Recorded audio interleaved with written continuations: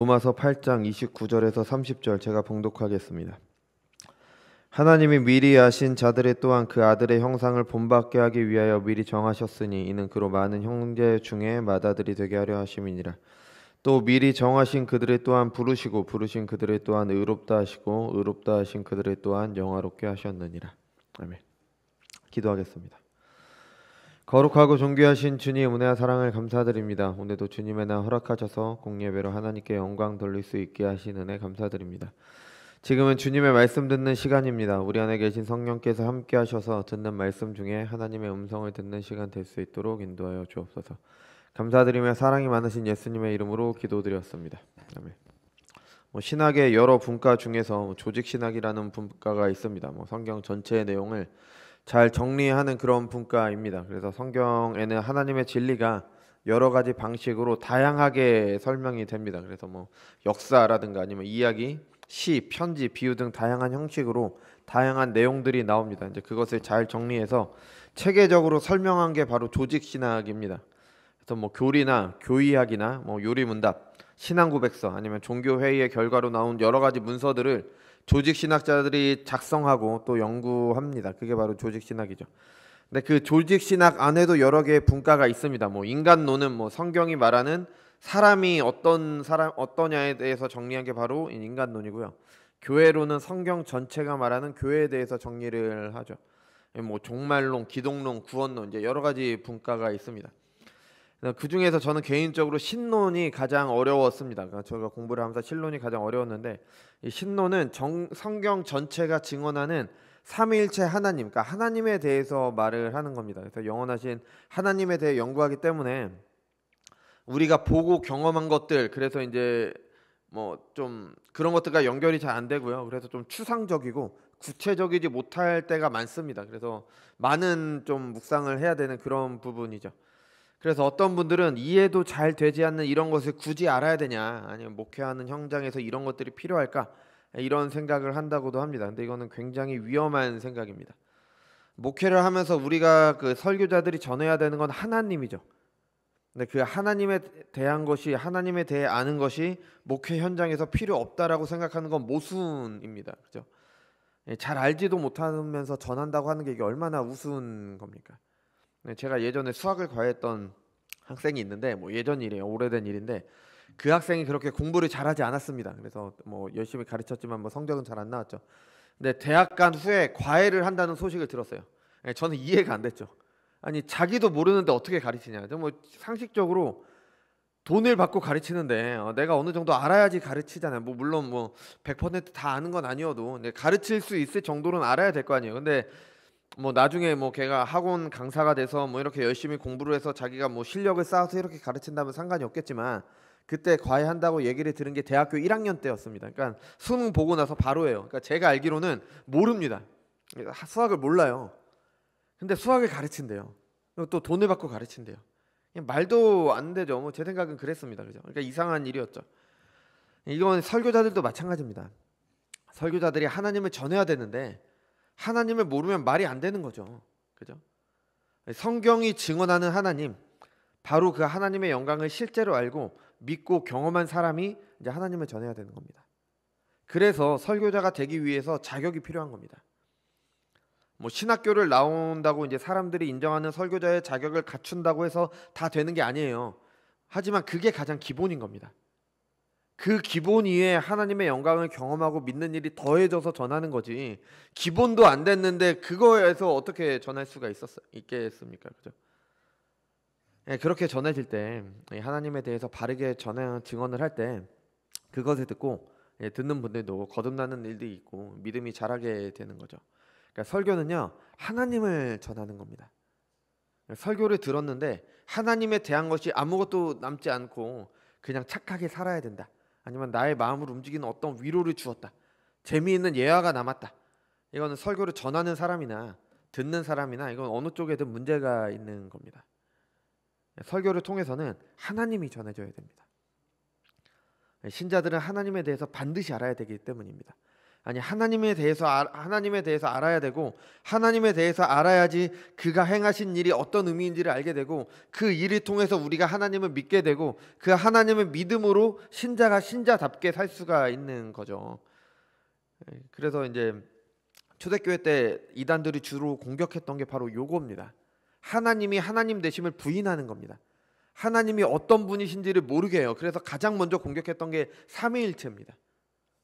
그리고 그 다음은 공격한 게 예수님은 참 하나님과 참 사람 되심을 부인하는 것. 이게 초대교회 이단들이었잖아요. 또 성령 하나님에 대해서 성경이 증언하는 것과 다른 성령 하나님에 대해서 이야기를 합니다.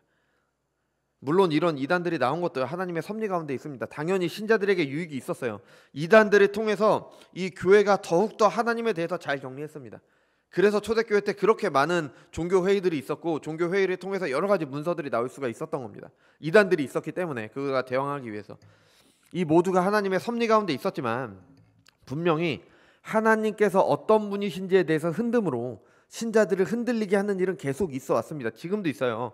지금도 제가 얼마 전에 무슨 강의를 들었는데, 성경과 과학이라는 주제를 통해서 강의를 들었는데, 거기서는 하나님을 우주에 계신 하나님으로만 봅니다.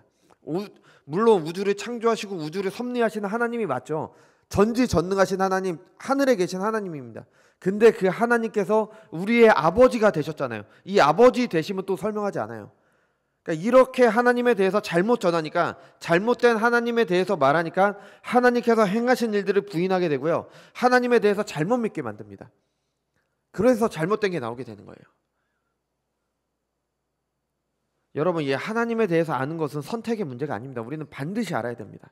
하나님을 모르는데 어떻게 하나님을 믿어요? 하나님을 모르는데 어떻게 하나님의 뜻대로 살 수가 있어요? 그냥 막연하게 착하게 사는 게 기독교가 아니에요. 그냥 막연하게 내 마음에 위로를 주는 게 기독교가 아니라, 하나님을 아는 지식을 통해서 하나님의 뜻대로 사는 게 기독교입니다. 근데 하나님을 모르는데 어떻게 그렇게 할 수가 있어요? 예를 들어서 우리가 어떻게 고난 중에서도 하나님의 믿음을 잃지 않고 어떻게 끝까지 인내하면서 하나님을 신뢰하면서 살아갈 수가 있어요? 영원하신 하나님을 믿기 때문에 그런 거잖아요. 그 영원하신 하나님께서 우리를 예정하셨기 때문에 그 하나님을 믿고 우리가 신뢰하면서 살아갈 수 있는 거잖아요. 우리 눈앞의 현실을 보세요. 우리가 어떻게 하나님을 믿을 수가 있어요? 세상 돌아가는 거 보세요. 어떻게 하나님을 믿을 수가 있습니까? 도대체 어떻게 하나님의 뜻대로 살 수가 있어요? 못 살아요. 목회도 마찬가지예요. 저도 이거 보면은 하나님의 뜻대로 하지 않는 사람들이 훨씬 더 번성합니다. 더 번영해요. 근데 어떻게 하나님의 뜻대로 살아갈 수가 있어요? 하나님께서 영원하시고, 그 하나님께서 우리를 예지하시고 예정하셨기 때문에, 그 하나님을 알고 믿기 때문에, 그 하나님께서 행하신 일을 알기 때문에 끝까지 믿고 인내할 수가 있는 거죠. 우리는 그래야지 이제 비로소 하나님의 뜻대로 살게 되는 겁니다. 요즘 유튜브나 그런 거 보면 쇼츠나 릴스라고 하죠. 그런 것들이 굉장히 많잖아요. 이제 짧은 시간 안에 재미를 주거나 감동을 주는 영상인데요. 계속 보다 보면 시간 가는 줄도 모르게 합니다. 재밌는 것들이 있더라고요. 재미를 위해서 볼 수 있습니다. 물론 시간 낭비니까 적당히 해야 되겠지만, 재미를 위해 볼 수 있지만, 하나님의 말씀 설교도 이렇게 들으려고 해서는 안 됩니다. 물론 평소에 충분히 묵상하신 분들은 이 짧은 영상을 통해서도 뭔가를 얻을 수가 있겠죠. 근데 제가 본 대부분의 설교의 영상들, 하나님의 말씀에 대한 영상들은요, 하나님에 대해서 말하지 않습니다. 그 짧은 시간 안에 하나님에 대해서 증언할 수가 없어요. 또 그것을 묵상할 시간도 주지 않습니다. 그냥 휙 하고 지나가죠. 그러면서 감정을 움직이는 몇 마디 말이 나옵니다. 아니, 삶은 이렇게 살아야 돼. 이게 하나님의 뜻이다. 이런 말은 나옵니다. 들을 때는 그럴싸하죠. 그럴싸합니다. 근데 그렇게 해서 사람이 변화되지 않습니다. 내가 변화되지 않아요. 그 순간은 잠깐 마음이 동해서 그래야지 해도 우리는 그대로 돌아갑니다. 하나님께 대한 진지한 묵상이 없으면, 그래서 참되신 하나님을 믿지 않으면 절대 삶의 변화는 있지 않습니다. 우리의 삶이 왜 변하지 않습니까? 하나님을 묵상하지 않기 때문에 그럽니다. 왜 하나님을 묵상하지 않습니까? 하나님을 모르기 때문입니다. 하나님을 왜 몰라요? 설교 안 들으니까 모르는 거죠. 하나님의 말씀 읽지 않으니까 모르는 거죠. 어떤 분이 말씀하셨어요.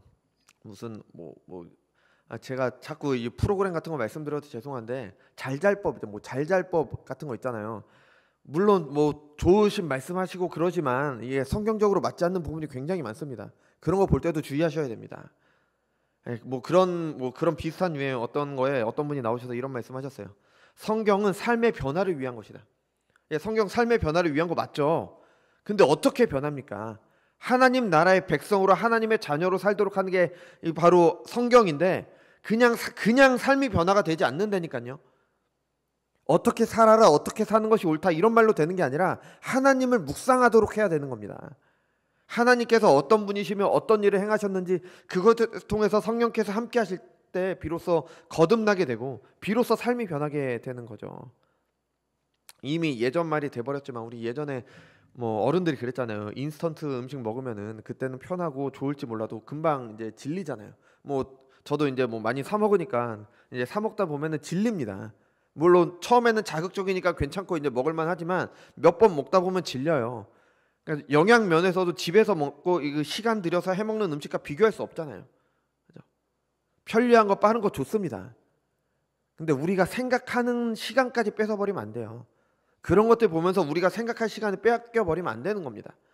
하나님에 대해서 좀 진드거니 듣고 지루해도 그냥 끝까지 듣고 계속 듣고 그 다음에 그걸 묵상해야 되는 거예요. 꼭꼭 씹어야 되는 겁니다. 그래야지 내게 되죠. 충분히 시간 들여야 됩니다.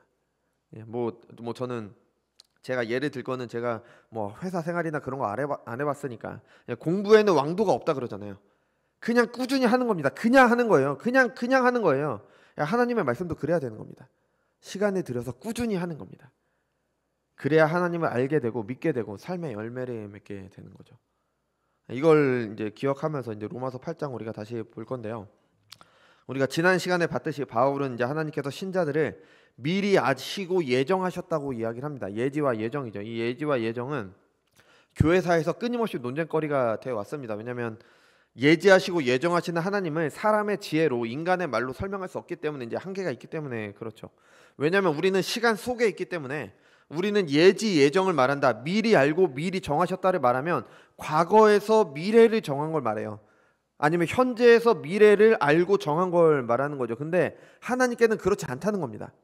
하나님은 시간 속에 계시지 않으세요. 하나님은 시간을 창조하신 분이십니다.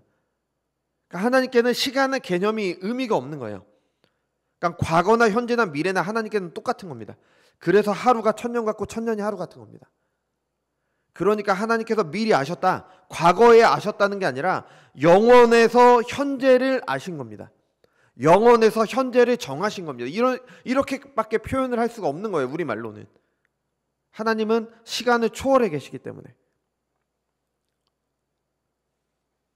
그래서 하나님께서 과거에 정하셨는데 그게 현재로 가면서 시간이 흐르면서 무슨 상황이 달라지고 조건이 달라지고 하나님의 마음이 변함에 따라서 그때 정하신 것이 달라질 수 있느냐, 그게 아니라는 겁니다.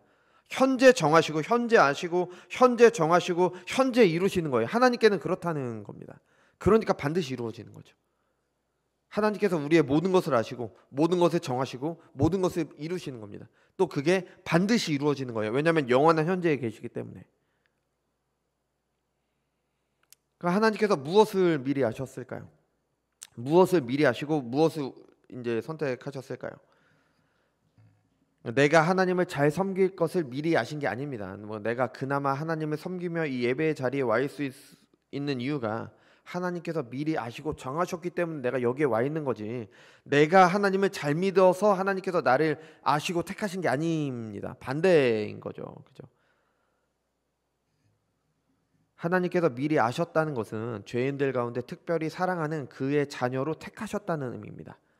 미리 정하셨다는 것은 그 택하신 자들이 그의 아들의 형상, 그리스도의 형상을 담도록 미리 정하셨다는 겁니다. 영원하신 하나님께서 택하시고 정하셨기 때문에 그것은 택함 받은 자들의 삶 가운데 그 일이 반드시 이루어지는 겁니다. 요 한 문장도 하루 종일 묵상해야 될 거리예요. 아니 어떻게 우리가 영혼을 이해할 수가 있어요? 우리가 미리 아셨고 미리 정하셨다는 거를 이렇게 말 한마디도 이해할 수가 없다니까요. 하루 종일 묵상하고 하나님께 기도해야 될 일이에요. 그나마 그래야지 알게 되고 이해되고 믿게 되는 겁니다. 그래서 하나님께서 택하신 자들은 반드시 그리스도를 닮아가게 되는 거죠. 그러니까 이제 이런 질문 자체가 모순인 거예요. 그러니까 택함 받았다고, 아니 나는 택함 받은 사람이니까 제멋대로 사는 사람들 있잖아요. 나는 택함 받았으니까 어차피 구원 받을 거야. 그러니까 나는 제멋대로 살아도 돼. 이렇게 말하는 사람들이나 아니면 이런 사람들에 대해서 질문하는 것 자체가 모순인 겁니다. 왜냐? 하나님께서 택하셨는데 왜 택하셨냐? 그 아들의 형상을 닮도록 하시기 위해서 택하셨어요. 하나님께서 그렇게 택하셨기 때문에 그것은 반드시 이루어집니다. 그러니까 택함 받은 사람이 제멋대로 산다는 건 말이 되지 않는 겁니다. 그 질문 자체가 모순인 거예요. 만약에 나는 택함 받았다고 하면서 나는 제멋대로 산다? 이건 내가 택함 받지 않았다라는 걸 스스로 증명하는 거죠. 그리고 이 모든 것의 궁극적인 목표는 바로 그리스도의 영광입니다. 하나님께서는 그리스도를 반드시 영광스럽게 하실 것이기 때문에 그 과정 중에 있는 신자들이 그리스도를 닮아가는 것도 이제 반드시 이루어지는 거죠. 그러니까 제가 계속 반드시라는 말을 반복하고 있잖아요. 지금 오늘 본문이 그것을 계속해서 말하고 있는 거예요. 미리 아시고 미리 정하셨고 영원하신 하나님께서 그렇게 하셨다. 반드시 이루신다. 그래서 성경은 2중 3중으로 신자들에게 확신을 주고 있는 겁니다. 그리고 이 확신의 근본적인 근거가 바로 하나님 자신인 거예요. 그러니까 하나님을 모르면 이런 확신을 못하는 겁니다. 하나님께서 영원하신 분이시기 때문에, 만물을 창조하시고 다스리시기 때문에 모든 것이 합력하여 선을 이루게 됨을 확신하게 되는 거죠. 이런 확신이 필요한 이유는 우리가 살아가는 이 세상이 신자들에게는 적대적이기 때문입니다. 우리 수시로 우리의 확신을 흔듭니다. 주변 환경을 통해서, 고난을 통해, 어려움을 통해 흔듭니다. 그리고 우리 신자 자신들의 모습을 통해서도 흔들리게 됩니다. 우리는 우리의 연약과 부족을 발견하고 절망하게 되는 거죠. 그래서 하나님께서 어떤 분이신지를 아는 것과 그가 하시는 일이 반드시 이루어짐을 계속 말해주는 겁니다. 이 세상이 어떻든, 네가 어떻든 하나님께서 정하시고 이루시기 때문에 반드시 이루어진다. 이것을 너희에게 이르는 것은 너희로 내 안에서 평안을 누리게 하려 함이라. 세상에서는 너희가 환난을 당하나 담대하라. 내가 세상을 이겼노라. 아멘. 신자들이 세상에서 환난을 당하는 거, 우리가 어려움과 고난 중에 사는 거, 때로는 좌절하고 실패하는 거, 정해진 사실입니다. 하지만 예수님께서 세상을 이기셨습니다. 사망이 다스리는 세상을 이기셨습니다. 그리고 그 모든 일은 하나님의 섭리 가운데서 이루어집니다. 그리고 그 섭리는 우리의 모든 것이 합력하여 선을 이루는 것을 향하고 있습니다. 모든 일을 통해 거듭난 신자들은 그리스도를 닮아갈 것이고, 이를 통해 그리스도의 영광이 온 세상에 선포될 것입니다. 이런 하나님과 하나님께서 행하신 일을 더 알게 될수록 신자들은 더 큰 확신 가운데 장차 있을 영광을 바라보면서 현재의 고난을 살아가게 되는 거죠. 그러니까 인스턴트 음식과 같은 귀만 간지럽히는 그런 위로와 비교할 수 없는 위로와 소망을 하나님과 그가 행하신 일에 대한 깊은 묵상을 통해서 얻게 되는 겁니다. 이 예지와 예정은 창세 전에 이루어진 거죠. 근데 이 하나님께서 시간을 창조하시기 전에, 모든 것을 창조하시기 전에 이루어졌습니다. 그리고 실제 그 일이 우리의 삶에서 어떻게 이루어지는지가 이제 30절부터 설명이 됩니다. 예지와 예정이 어떤 과정을 통해서 이루어지냐? 다른 말로 하면 그리스도의 영광을 위해 그리스도의 형상을 닮아가는 것이 구원인데, 그 구원이 어떤 과정을 통해서 이루어지는가? 그래서 이거 신학자들은 이것을 구원의 서정이라고 이름을 붙였습니다. 그래서 뭐 라틴어로 오르도 살루티스 이렇게 얘기하기도 하고, 어떤 청교도는 구원의 황금 사슬 그렇게 얘기를 했습니다. 그래서 굉장히 중요한 거죠. 구원의 핵심입니다. 그래서 이 로마서 요 8장 30절이 신학자들이나 아니면은 여러 목사님들이 가장 중요하게 생각하는 구절 중에 하나입니다. 그죠? 그리고 이 구원의 길은, 이 구원의 서정이 결국엔 구원의 길이잖아요. 이 구원의 길은 특별한 사람들만 가는 게 아니라 모든 신자들이 가는 길이기 때문에 우리가 바로 걸어가는 길입니다. 그래서 무엇인지 반드시 알아야 되고, 어떤 길을 우리가 가고 있는지 확인을 해야 되는 거죠. 구원의 서정은 부르심으로 시작하고 있습니다. 미리 정하신 그들을 또한 부르시고, 하나님의 택하심은 그 사람을 삶에서 부르심으로 이제 시작이 됩니다. 우리 그래서 이런 고백 많이 하죠. 내가 먼저 하나님을 사랑한 게 아니라 하나님께서 먼저 나를 사랑하셨다. 이거 아주 정확한 고백이죠. 하나님께서 나를 먼저 사랑하시고 나를 부르셨기 때문에 내가 하나님을 사랑하는 거죠. 우리의 삶은 워낙 선택지가 많고, 우리 시대는 그렇잖아요. 선택지가 많고, 종교도 교회도 내가 원하는 것을 선택하는 것에 익숙해진 현대인들에게는 참 맞지 않는 말이죠. 내가 선택하는 게 아니라 하나님께서 나를 선택하셨다. 하나님께서 나를 부르셨다. 하지만 성경은 분명히 하나님께서 나를 선택하시고 부르셨기 때문에 그를 믿게 된다고 말을 하고 있습니다. 이 부르심은 다른 말로 소명이라고 합니다. 그래서 소명은 보통 이제 하나님께서 어떤 일을 맡기시기 위해 부르셨다, 뭐 사명과 비슷한 말로 사용하기 때문에 우리가 하나님께서 부르셨다고 하면은 뭐 목사로 부르셨다, 장로로 부르셨다, 뭐 직분이나 해야 될 일과 연결지어서 생각하기도 합니다. 근데 이것도 맞죠? 맞지만 하나님의 부르심은 먼저 구원을 위한 부르심입니다. 구원을 위한 부르심 안에 하나님 나라를 위해 해야 되는 여러 가지 일들을 위한 부르심이 함께 있는 거죠. 그러니까 하나님 나라를 위해서 내가 하는 어떤 일들이 구원과 따로 있는 게 아니라 구원을 위한 부르심이 있고 그 부르심 안에 하나님 나라를 위해서 내가 해야 되는 일이 이렇게 부르심이 있는 거죠. 나를 미리 하시고 미리 정하신 하나님께서 그것을 이루시기 위해 나를 부르십니다. 이 부르심은 구원을 위한 부르심이며 또한 동시에 하나님 나라를 위한 사명을 위한 부르심입니다. 하나님께서 나를 부르셨기 때문에 나는 거듭나서 하나님의 백성이 되고 하나님의 영광을 위해 살아가게 되는 거죠. 그럼 어떻게 부르시느냐? 어떻게 부르시는지 알아야지 내가 부르심을 받았는지 안 받았는지 알게 될 거 아니에요. 하나님께서 나를 어떻게 부르셨느냐? 나를 부르셨다면 내가 택함 받은 사람이고 그럼 나는 구원의 확신 가운데 살아갈 수 있으니까 하나님께서 나를 어떻게 부르실까요? 구약의 족장들이나 선지자들이 부르실 때는 직접 부르셨잖아요. 그죠? 뭐 아브라함아 그렇게 부르셨고 사무엘 부르실 때도 사무엘아 이렇게 부르셨고 그래서 이 하나님의 부르심을 마치 뭐 어떤 신비한 것으로 오해하기도 합니다. 마치 무당이 신내림 받는 것처럼 이런 것도 오해하기도 하죠. 그래서 뭐 무당이 신내림 받을 때 자꾸 거절하면 안 좋은 일이 생기잖아요. 그래서 어쩔 수 없이 내가 무당을 한다 뭐 이런 부르심으로 이제 오해하기도 합니다. 근데 아닙니다. 이게 하나님의 말씀을 통해 부르십니다. 로마서 10장입니다. 누구든지 주의 이름을 부르는 자들은 구원을 받으리라. 그런즉 믿지 아니하는 이를 어찌 부르리요? 듣지도 못한 이를 어찌 믿으리요? 전파하는 자가 없이 어찌 들으리요? 보내심을 받은 자가 아니하면 어찌 전파리요? 기록된 바 아름답도다 좋은 소식을 전하는 자들의 발이함과 같으니라. 왜 전하는 자의 발이 아름답습니까? 전하서 그 말씀을 통해서 부르심을 받기 때문에 듣지 못한 자들이 복음을 듣고 부르심을 받기 때문에 전하는 소식이 그 발이 아름다운 거죠. 그러므로 믿음은 들음에서 나며 들음은 그리스도의 말씀으로 만미하느니라. 아멘. 하나님은 하나님의 말씀을 통해 우리를 부르십니다. 물론 혼자 성경을 읽을 때도 때로는 성령께서 그렇게 일하실 수도 있지만 보통의 경우에는 전해지는 하나님의 말씀, 설교자를 통해 전해지는 하나님의 말씀을 통해 부르십니다. 여러분 설교 시간이 얼마나 중요한지 모릅니다. 하나님께서 우리를 부르시는 시간입니다. 이 시간에 농담이나 하고 감정이나 부추기는 그런 시간으로 사용하는 사람들이 있습니다. 정말 잘못된 겁니다. 정말 잘못된 거예요. 교회에 보면은 설교단이 좀 높잖아요. 그죠? 높은 것도 있고 이제 무대식으로 좀 반대로 이렇게 좀 내려가는 것도 있죠. 뭐 교회 형편에 따라 어떻게 하든 상관없는데 칼빈이 사역했던 제네바 교회라든가 아니면 청교도들의 교회를 보면은 설교단이 굉장히 높았습니다.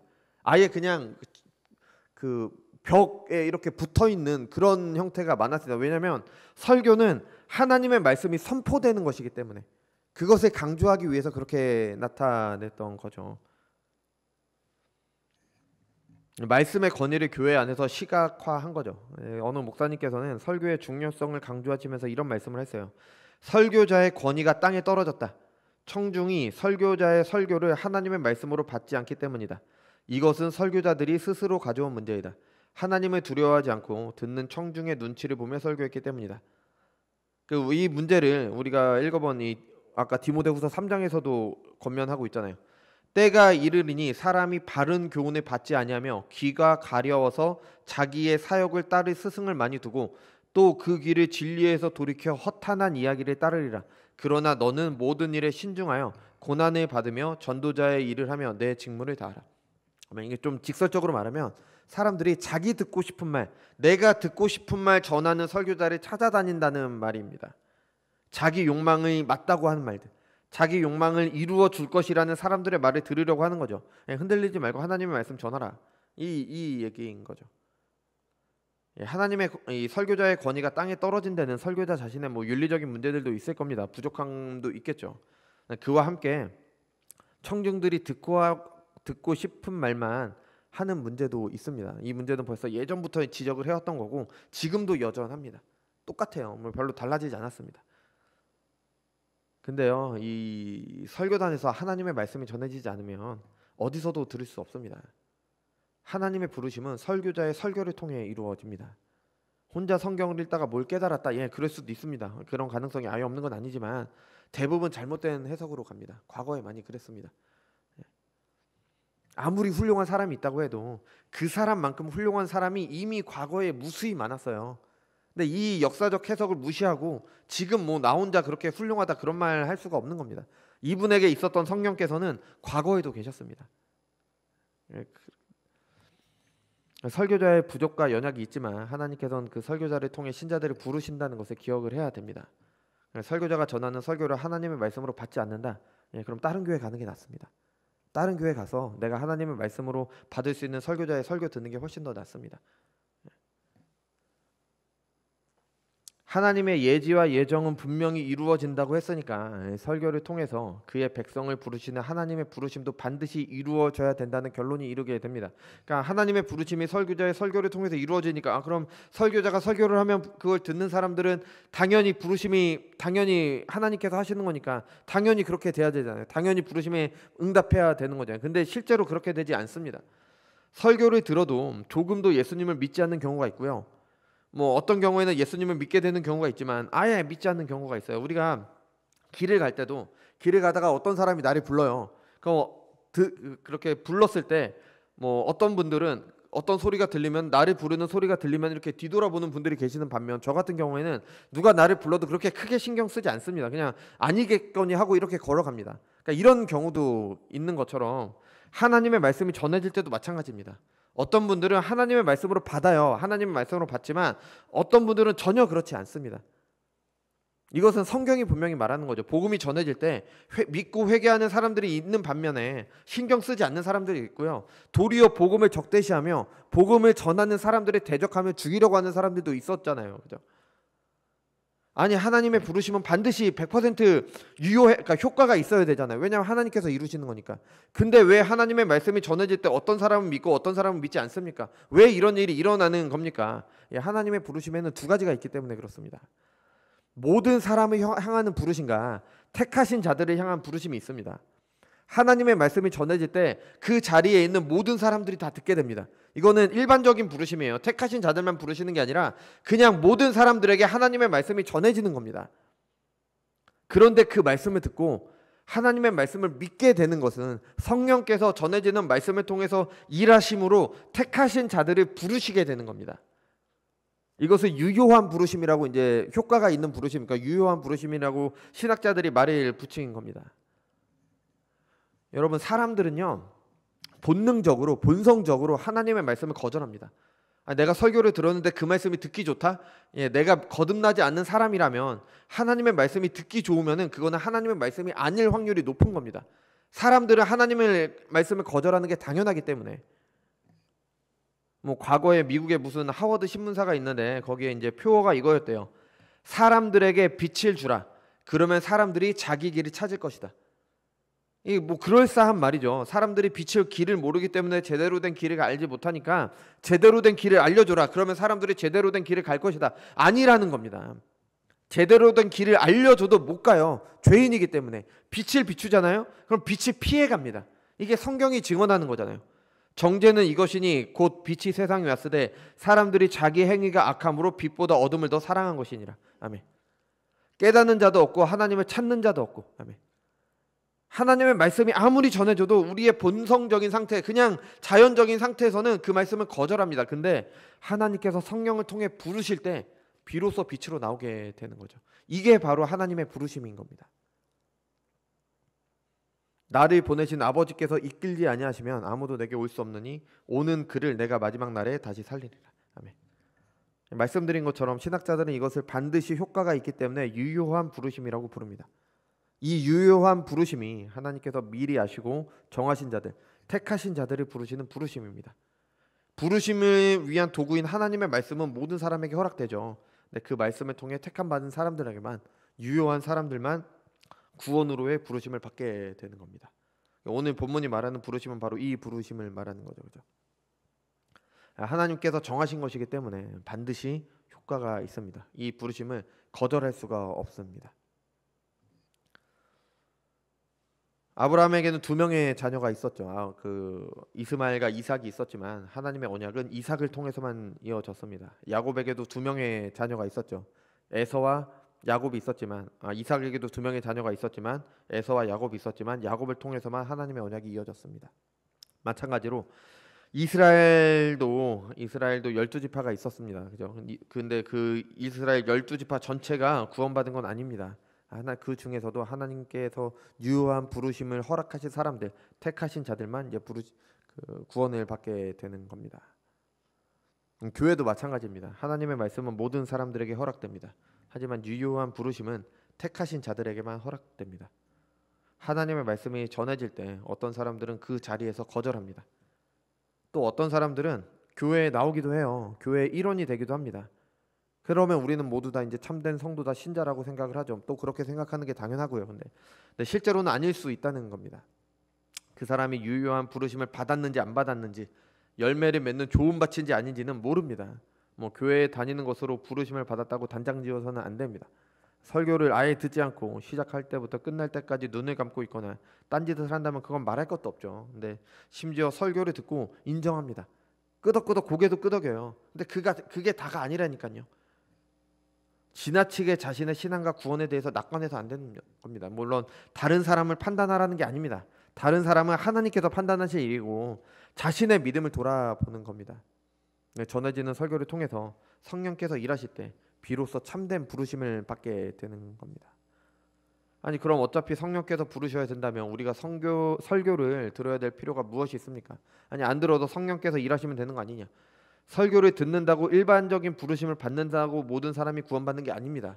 또 그것에 동의하고 한다고 해서 구원받는 것도 아니에요. 성령께서 일하실 때 내가 참으로 그것이 믿어지고 그 말씀이 나를 거듭나게 할 때, 내가 정말 하나님의 영광을 위해서 살게 될 때, 그때 비로소 우리는 유효한 부르심을 받게 되는 겁니다. 그런데 그게 바로 설교를 통해서 이루어지기 때문에 설교를 들어야 되는 거죠. 이 몽고메리 목사님께서는 이렇게 말씀하셨어요. 구원을 받으려면 유효한 부르심도 있어야 하지만 일반적 부르심도 있어야 합니다. 우리의 부름은 사람을 거듭나게 하지 못합니다. 하나님만이 하십니다. 모든 사람은 위로부터 나야 합니다. 그럼에도 불구하고 하나님은 우리에게 맡기신 말씀의 씨를 뿌리는 일을 통하여 그 일을 하십니다. 그러니까 우리가 어떤 사람을 거듭나게 할 수는 없지만 하나님께서 거듭나게 하시지만 전해지는 하나님의 말씀을 통해서 그 거듭나게 하는 일이 일어나기 때문에 여전히 설교를 들어야 된다는 겁니다. 내가 설교 듣는다고 거듭나는 건 아니지만 설교를 들을 때 성령께서 일하시는 거기 때문에 설교를 듣는 자리로 나와야 되는 겁니다. 사도행전 16장을 보면은 바울이 이제 빌립보에 도착해서 복음을 전하는 내용이 나오죠. 이제 그 자리에 바울의 설교를 듣는 모든 사람들에게는 일반적인 부르심이 있었던 거예요. 복음이 전해졌습니다. 근데 그 중에서 하나님께서 택하신 자색 옷감 장사하는 루디아만 유효한 부르심을 받은 겁니다. 누디아라 하는 한 여자가 말을 듣고 있을 때 주께서 그 마음을 열어 바울의 말을 따르게 하신지라. 이게 바로 유효한 부르심을 말하는 겁니다.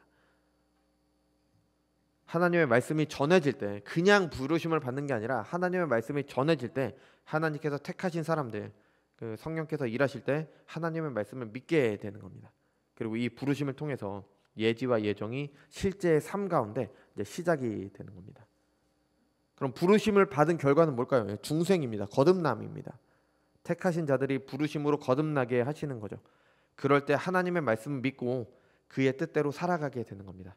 거듭난 사람들은 이전과 전혀 다른 방향으로 살아가게 됩니다. 물론 살아가면서 죄를 지을 수도 있고 잘못을 할 수도 있고 실수도 할 수 있습니다. 그런데 삶의 방향 자체가 달라지는 겁니다.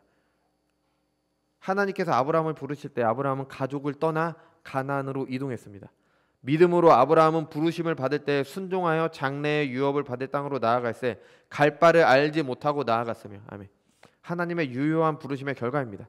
효과적인 하나님의 부르심에는 믿음과 순종으로 이어지게 되는 겁니다. 그렇지 않을 수가 없습니다. 반드시 그렇게 됩니다. 그러니까 이런 변화가 없다면 나는 부르심을 안 받았다고 생각하는 게 맞는 겁니다. 하나님께서 모세를 부르실 때 모세는 애굽 공주의 아들로 사는 것을 거절했습니다. 믿음으로 모세는 장성하여 바로의 공주의 아들이라 칭함받기를 거절하고 도리어 하나님의 백성과 함께 고난받기를 잠시 죄악의 낙을 누리는 것보다 더 좋아하고 그리스도를 위하여 받는 수모를 애굽의 모든 보화보다 더 큰 재물로 여겼으니 이는 상 주심을 바라봅니다. 아멘. 부르심의 결과죠. 아니 어떻게 사람이 그 공주의 아들 되고 그 권력의 자리를 버리고 이 길을 다른 길을 그 이스라엘의 그렇게 히브리 민족이 되는 길을 택할 수가 있겠습니까? 하나님 모세가 훌륭해서가 아닙니다. 하나님께서 모세를 부르셨기 때문에 그게 가능한 거죠. 유효한 부르심을 받은 사람들은 모두 이런 삶을 살게 됩니다. 우리가 하나님의 부르심을 받았는가, 택하심을 받은 자인가 어떻게 할 수 있습니까? 이런 믿음에서 나오는 삶이 있느냐로 결정이 되는 겁니다. 이런 삶을 살고 있다면 우리의 삶에 어떤 고난이 있던 어려움이 있던 상관이 없습니다. 비록 지금 나의 연약과 부족도 상관이 없어요. 하나님께서 미리 아시고 정하셨고 나를 부르셨기 때문에 그 구원이 시작됐기 때문에 상관이 없는 겁니다. 그래서 확신하면서 살아가는 거예요. 그렇지만 말씀드린 대로 함부로 단정지어서는 안 됩니다. 씨 뿌리는 자 비유에는 4개의 밭이 나오잖아요. 길가에 떨어진 씨 말고는 나머지 씨앗들은요 다 싹을 냈습니다. 시작은 됐어요. 어느 정도 믿는 것처럼 보였습니다. 근데 그 열매를 맺는 것은 좋은 밭에 떨어진 씨앗뿐이었잖아요. 돌밭에 떨어진 씨, 가시덤불에 떨어진 씨는 열매를 맺는 것처럼 보였는데 그렇게 되지 않았어요. 전해지는 말씀을 통해서 성령께서 부르시는 부르심과 비슷한 모습이 있을 수는 있어요. 그 순간 동의하고 감정적으로 동하고 하나님의 진리의 말씀이니까. 또 언변이 훌륭하시고 무슨 뭐 잘하시는 그런 분들 계시잖아요. 그런 분들이 전하니까 순간적으로 흔들릴 수, 그러니까 마음이 동할 수 있습니다. 감정이 움직일 수 있어요. 그래서 한순간 그 사람이 변화된 것처럼 보일 수 있습니다. 근데 그게 아닐 수도 있다는 겁니다. 그리스도를 믿는 것 때문에 고난이 다가올 때 넘어집니다. 삶의 여러 가지 문제들, 먹고 사는 문제, 세상을 살아가게 되는데 여러 가지 고민들 때문에 넘어지게 됩니다. 부르심을 받았는데 취소된 게 아니라 하나님의 부르심에는 단 하나의 오류가 없습니다. 반드시 이루어집니다. 그러니까 뭐냐? 아예 부르심을 받지 않은 겁니다. 착각한 거예요. 비슷한 가짜였던 겁니다. 부르심을 받은 사람은요 반드시 그 부르심에 합당한 열매를 맺게 됩니다. 반드시 기억해야 됩니다. 그 열매로 우리는 우리 자신의 부르심을 확신하게 되고 하나님께서 나를 예지하시고 예정하셨구나. 그래서 나를 부르셨구나. 나를 의롭게 하셨구나. 그래서 확신하게 되는 거예요. 그러니까 이 세상 가운데서 하나님의 뜻대로 살아가게 되는 겁니다. 이번 주에 제가 이제 동기 목사님을 만나서 오랜만에 이제 만나서 여러 가지 이야기들을 나눴습니다. 이제 하나님의 말씀에 대해서 얘기 나누고 뭐 현재 일어나는 일들을 성경적으로 어떻게 볼 것인가 대화를 했고요. 우리가 목회를 제대로 하고 있는 것인가, 우리가 정말 목회자로 부르심을 받은 것인가, 여러 가지 이제 이야기들을 합니다. 뭐 각자 목회의 어려움, 삶의 어려움 이렇게 나눴습니다. 정말 위로가 되는 그런 감사한 시간이죠. 여러분 이게 성도의 교제일 것입니다. 그래서 우리 교회 여러분들에게도 서로 이런 교제가 있어야 되는 겁니다. 이렇게 이제 이야기를 하다가 이제 차를 타고 지나갔는데 무당들이 많은 길을 이제 무당들이 이렇게 집이 있잖아요. 그 많은 길을 이제 운전하면서 지나가게 됐어요. 그게 약간 시골이었어 갖고 그런 데가 있더라고요. 그러다가 이런 얘기를 했습니다. 아니 신내림은 어떻게 생각하십니까? 신내림은 이거 성경적으로 우리가 하나님의 말씀을 비춰서 어떻게 생각해야 될 것인가? 뭐 간단히 생각하면 귀신의 장난이죠. 그죠? 간단히 생각하면 사탄이 하는 일입니다. 근데 신내림을 받기 전에 그 사람은 정말 그 죽을 것과 같은 고통을 겪잖아요. 그죠? 뭐 이거는 뭐 부인할 수 없는 실제로 있는 일이잖아요. 이런 뭐 그럼 그분들에 대해서는 어떻게 생각할 것인가? 아니 택함 받지 못한 것인가? 그냥 뭐 신내림 받은 채로 사셔라. 그냥 이렇게 얘기를 해야 될 것인가? 뭐 이런 얘기를 나눴습니다. 근데 여러분 그분들도 하나님의 뜻이라면 완전히 반드시 유효한 부르심을 받으시겠죠. 뭐 그거는 하나님께서 하실 일이지만 우리가 실제적으로 볼 때 그러면은 신내림을 안 받으면은 온갖 안 좋은 일이 생기잖아요. 막 죽을 일이 위기도 생기고 가족들에게 무슨 일이 생기고 몸이 막 아프고 하는데 이건 어떻게 해야 되냐? 아니 그래도 예수 믿으라고 해야 되냐? 그 모든 것 다 감수하고 예수 믿으라고 해야 되냐? 고민이 되죠. 고민이 될 수밖에 없죠. 근데 여러분 우리 가만히 생각을 해보면요. 예수님을 믿는 게 원래 그렇습니다. 원래 자기를 부인하고 자기 십자가를 지고 예수님을 따르는 겁니다. 그분들만 위험을 무릅쓰고 목숨을 무릅쓰고 죽음을 무릅쓰는 게 아니라 모든 신자들이 그런 겁니다. 그래서 우리가 거듭날 때 어떻게 얘기합니까? 그리스도와 함께 십자가에 죽는다고 이야기를 하잖아요. 그게 바로 유효한 부르심을 받는 사람들의 삶인 겁니다. 유효한 부르심을 받는 사람, 모든 사람들은요, 정말 죽을 것과 같은 고통의 시간을 지나야 되는 겁니다. 뭐 그게 물리적인 것이 될 수도 있고요, 정신적인 것이 될 수도 있습니다. 근데 피할 수 없습니다. 나를 부인한다는 것은 그런 거잖아요. 이전까지의 나를 부인한다는 거, 내가 완전히 아니었다는 걸 부인한다는 것은 그런 거잖아요. 죽는 것과 같은 겁니다. 여러분, 우리에게 이런 극적인 변화가 있어야 되는 거예요. 뭐 한순간에 새 사람이 됐다, 그런 문제가 아니라 내가 자기를 부인하는, 정말 그래서 죽을 것과 같은 그런 시간을 지나야 되는 겁니다. 자기를 부인하는 변화가 없다면, 하나님의 법을 따르는 모습이 없다면 우리는 부르심을 받지 못하는 겁니다. 여러분, 두려워하십시오. 이 부르심은 받으면 좋고 아니면 말고 할 모습이 아닙니다. 부르심을 받지 못했다? 택하심을 받지 못한 겁니다. 그럼 그 끝이 어디겠습니까? 우리가 열심히 기도한다고 하나님의 택하심을 바꿀 수 있나? 기도 하나만 아닌가? 여러분, 영원한 죽음이 내 삶의 종착역인데 이런 한가한 소리 할 시간이 어디 있어요? 하나님께 간절히 은혜 구하십시오. 하나님께서 성령을 구하는 자에게 반드시 주신다고 하셨습니다. 성령을 구하도록 하신 것이 바로 하나님의 은혜이며 택하심의 증거일 수 있는 겁니다. 간절히 구하십시오. 미루지 말고 당장 구하시기 바랍니다. 하루라도, 1시간이라도, 1분이라도 더 자기를 부인하고 자기 십자가를 짊어로 예수님의 제자, 하나님의 나라를 사는 영광을 누리시기 바랍니다. 이것이 오늘 설교를 통해 하나님께서 하시고자 하시는 일입니다. 저와 여러분에게 하나님의 은혜가 함께 하시기 바랍니다. 기도하겠습니다.